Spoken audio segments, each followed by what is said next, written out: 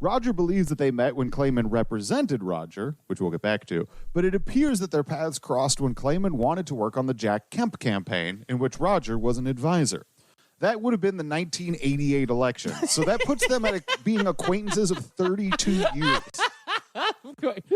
That's a long time. I don't recall you as a person. I don't recall talking to you. There's a little disrespect. When I was paying you, that's when I remember you. So for the Jack Kemp stuff, Roger doesn't remember that meeting, so I'm going to go ahead and take that off the table. Yeah. In 1996, Roger was working on the Bob Dole campaign, and things got a little messy when the National Enquirer reported on how he'd posted ads and scandalous pictures of himself and his wife in swingers magazines and online, looking to get some fun going. Roger initially blamed an imaginary assistant for posting the ads, but eventually copped to the fact that he had done it.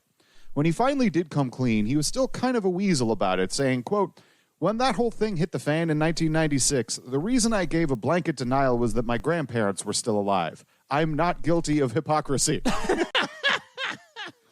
Great. You're being hypocritical in that sentence. It does seem that way. Ugh.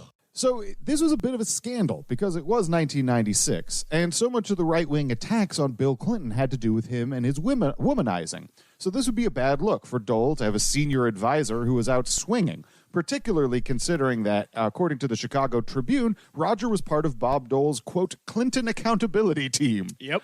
And thus, by September of 96, Roger had stepped down from the Dole campaign. I don't really care about Roger swinging. That's his business. Yeah, but good for him. I do think that his response to the Enquirer story speaks a lot to his character. I understand the culture wasn't accepting of people living alternative lifestyles at that point, but the lengths that he went to pretend that he'd been set up were pretty ridiculous.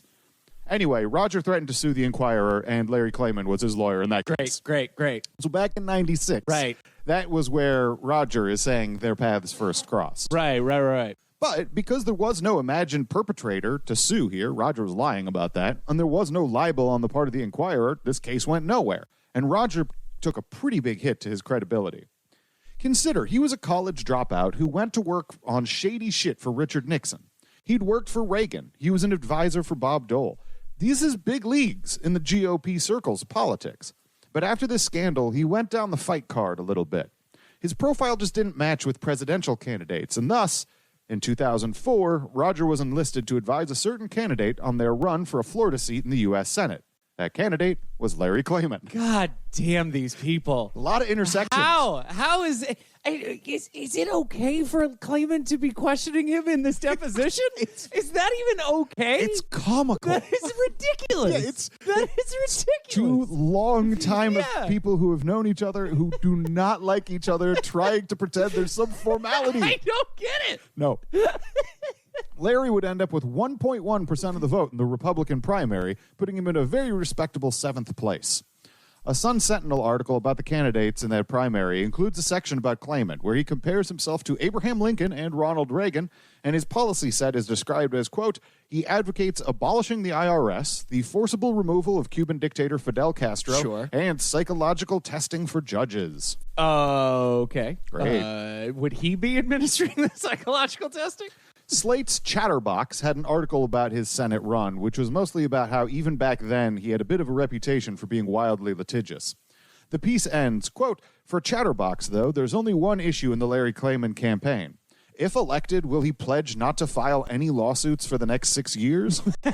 Quote, categorically no, Clayman said. Of course. Will he pledge not to sue anyone for the duration of his Senate campaign? Quote, no. Look, it's a free country.